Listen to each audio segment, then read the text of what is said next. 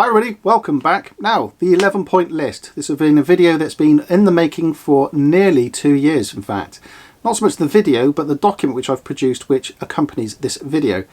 It's a thorough list of things that I think you should be checking if you're interested in buying a used caravan. Specifically, I created this document for people who are buying from private sellers, people who don't know who they're buying their caravan from. It's not really geared up to a dealership. However, there are aspects of the document which you can use when you are buying from a dealership. Maybe use it at the dispatch time to see that everything is working in the caravan. There is over 125 points in this document, much too many points to go over in this video. So in this video, and before you start adding comments below that I've missed bits out, in this video is going to be a highlight of each of the 11 points that you should be looking at around the caravan. Now you may be asking yourself, why 11 points? And I could refer to Spinal Tap, well, 11 is better. But actually no, it did start off life as a 10-point document. But when I started doing it, I thought actually we need to really address the seller and the person who is selling the caravan to us. Have they passed all our checks? Make sure we're not being scammed, because sadly there's a lot of people out there that really do love scamming people. In fact, I was speaking to Andy Morley just the other day and he told me how he was very nearly scammed when he was buying his very first caravan. So you really should be on your guard and make sure that you're buying with your head and not your heart, as I mentioned in my previous video. So if you're interested in the document, there's a link to my blog page down below in the description. There's also a link up here in the top corner. You can go and get that document. It's completely free and it's ready for you to use right now. Print it off, take it with you, and I've made it so it's a checkbox list as well, so you can tick things off as you walk around the caravan. Now when I put this document together, I realised that there's a whole subject which hasn't even been covered by this document, or this video in fact, and that is how you handle the seller right at the beginning. It's not a video on how to negotiate a good price, it's how to make sure that the person who's selling the caravan is genuine. Right from the very first time you pick up the phone and call them, or you send an email or a text or a message, right from that initial contact, you can work out whether you're being scammed or not. So that's a whole subject for another video, but today, like I mentioned, it's a highlights video, and we're going to go through each one of the 11 sections, pick out a couple of points, and let's go through those right now. So our very first point is nothing to do with the caravan, but everything to do with the paperwork which is supplied with the caravan.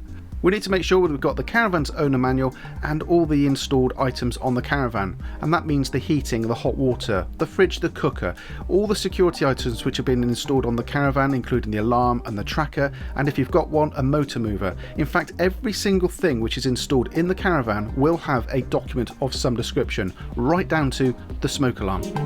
We also need to check for make sure we've got all documentation for the caravan service history, and that will include the service sheet and, if possible, any receipts for payments made. And the last thing to check is that we've got the CRIS certificate, the registration document with the current owner's details listed upon it. Okay, so now we need to look at the caravan body. With visual inspection, walking around the caravan, and what we're looking for is for dents, chips and missing paint. We need to check the front panel for cracks, especially above the window and grab handles. If it looks a bit dirty, use a soft rag to just pull out the dirt. We need to be looking for stickers or reflectors that look out of place. Usually these are placed upon the caravan to hide damage. We also need to check the windows. We need to check for the cracks or broken corners. Deep scratches will need attention, light scratches we can polish out. One area that often gets overlooked is the tyres, and there's a couple of things that we can do to make sure that we are riding on safe rubber. First of all, we need to check the age of the tyre, and we're looking for DOT and then 4 numbers printed on the sidewall of the tyre. For example, DOT 3409 tells us that this tyre was manufactured on week 34 back in 2009. Caravan tyres don't usually wear out, but they do crack, especially on older tyres. So it's generally recommended to replace tyres that are between 5 and 7 years of age. Visually, we need to check the condition of the tyre has no cracks, bulges or cuts. If there is any damage on the tyres, they will need replacing before we tow it. Another thing to check is to make sure that each tyre is the same make and the same size. This will give an indication of a previous puncture. Whilst we're down on our knees, make sure that wheel secure can fit in place, it has all the keys to remove it, and it's not damaged in any way, shape or form. Okay, so on to the road lights, the battery and the gas. Now your Caravan may not have a leisure battery installed, it may not have a gas bottle, but these are important elements to check. So ask the seller if you can borrow a battery, if they have a gas bottle which you can temporarily use to make sure that everything is working. At the front of the Caravan, we need to make sure that the plugs for the electrics are in good working order. Make sure that the plugs themselves are not damaged, that there's no tape holding them together, and that the pins don't look corroded. Check the general condition of the cable, make sure it's not being dragged across the floor. If it has been dragged on the floor, pay close attention to it and make sure that none of the core strands are exposed. The road lights will need close inspection, so connect a towing vehicle and check that all the lights are working, and check the lenses for cracks and moisture buildup inside the light. If your Caravan is sold with a leisure battery, check that the battery terminals are free of corrosion and that the battery looks in good working order as well. Make sure there's no bulges or any splits. Moving to the gas locker, we need to check the date stamp on the gas pipe. The small gas pipe, commonly known as a gas tail, will have a date printed upon it, and this should be under 5 years of age. If it isn't, don't panic, it's an easy thing to replace. The last thing to check outside the Caravan is the hitch, the chassis and the floor. So get on your hands and knees and get underneath the Caravan. We're looking for any corrosion on the chassis rails.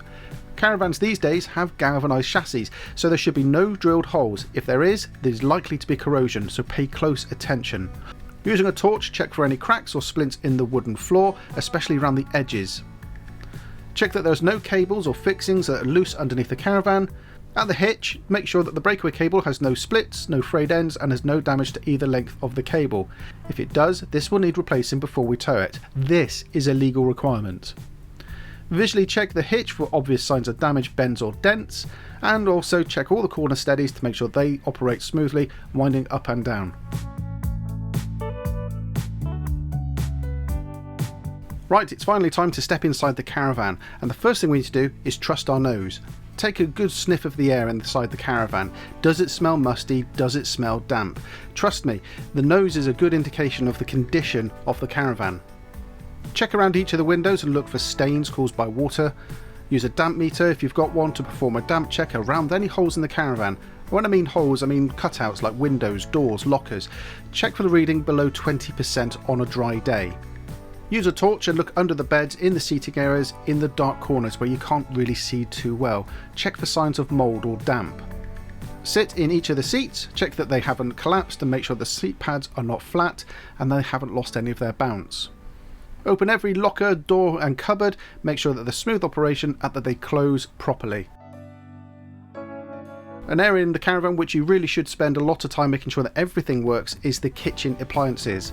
So we're going to check the overall condition of the fridge and the freezer, check for bad smells and make sure there's no mould build-up as well. On the cooker, check the hob igniter works. Check each gas ring, make sure it holds a steady blue flame. If it doesn't hold a blue flame, turn it off immediately. Check the grill, light it and make sure it stays lit. And finally, we're going to do exactly the same thing on the oven. Make sure that it lights, stays lit and then it's got a steady blue flame and there's no flickering.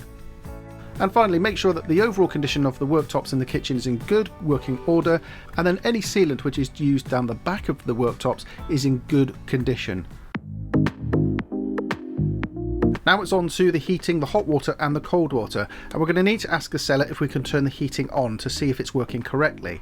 First of all, check that there's no errors on the control panel, and if it's a blown air heating, check for heat coming out of the vents around the Caravan.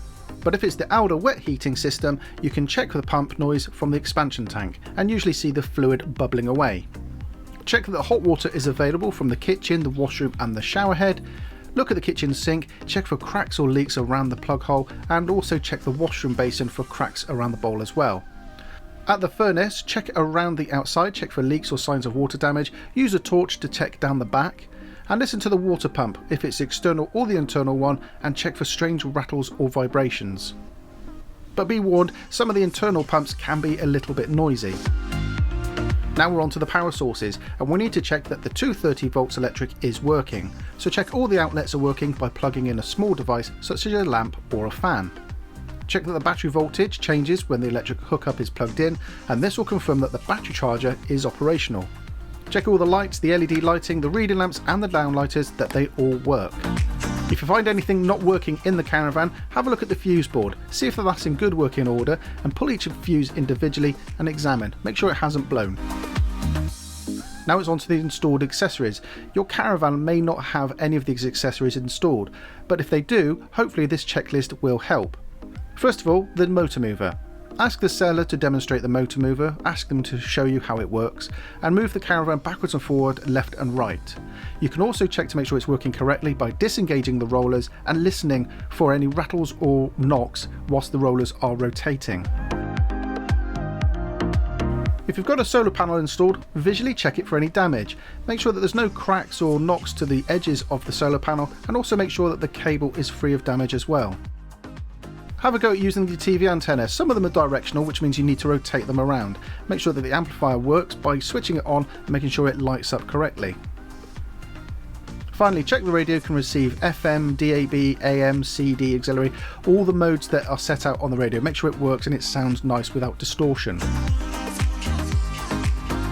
Finally, the security items. Depending on what your Caravan is being sold with, it may or may not have any security items being sold with it. But if it does, make sure that the hitch lock is operational, check that the lock is working, and make sure you've got all the keys for it as well. Make sure all the keys are present for all the security items around the Caravan. And finally, if the Caravan does have an alarm and a tracker, see if you can set the alarm off by stepping inside the Caravan whilst it's armed. So there you go, quite an exhaustive list really, isn't it? There's a lot of things to check, and to be honest with you, when we first bought our Caravan, we didn't check nearly any of those things, and looking back, should we have? Yeah, we should have really. But then we bought it from a dealership, so it really wasn't really applicable to us. However, at the handover, that document would have been fantastic for us to go around and make sure that everything works before we took the Caravan away. Now, as I mentioned in my previous video, if you really are not sure, you're not confident enough and you're not really aware of what you should be checking, as I mentioned before, use the AWS, the pre-purchase inspections offered by them.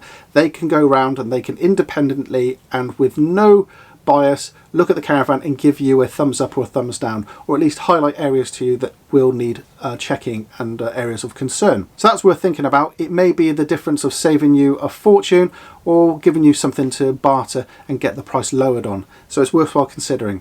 This document and this list is really a checklist of things to make sure you've checked them and that you're happy that you've seen them work. Because as I mentioned in my previous video, once you leave the seller, that's it. You have no comeback whatsoever. So I hope you found this useful. I hope this will be useful for you if you are buying a second-hand Caravan.